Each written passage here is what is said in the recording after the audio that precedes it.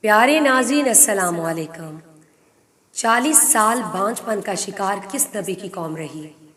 آئیے ڈسکس کرتے ہیں اس ویڈیو میں۔ کسی نے امام رضا علیہ السلام سے سوال کیا کہ آخر کیوں اللہ تبارک و تعالیٰ نے حضرت نوح علیہ السلام کی ساری قوم کو غرق کر ڈالا جبکہ اس میں بچے ہوں گے جو بے گناہ ہوں گے؟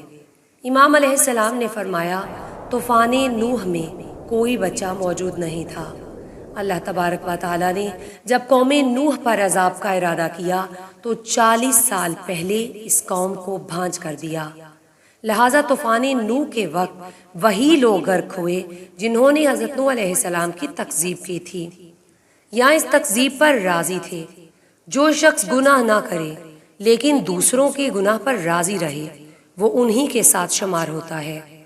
طوفان نوح کے وقت آسمان سے 40 دن تک پانی برسا جس نے ہر چیز کو اپنی لپیٹ میں لے لیا۔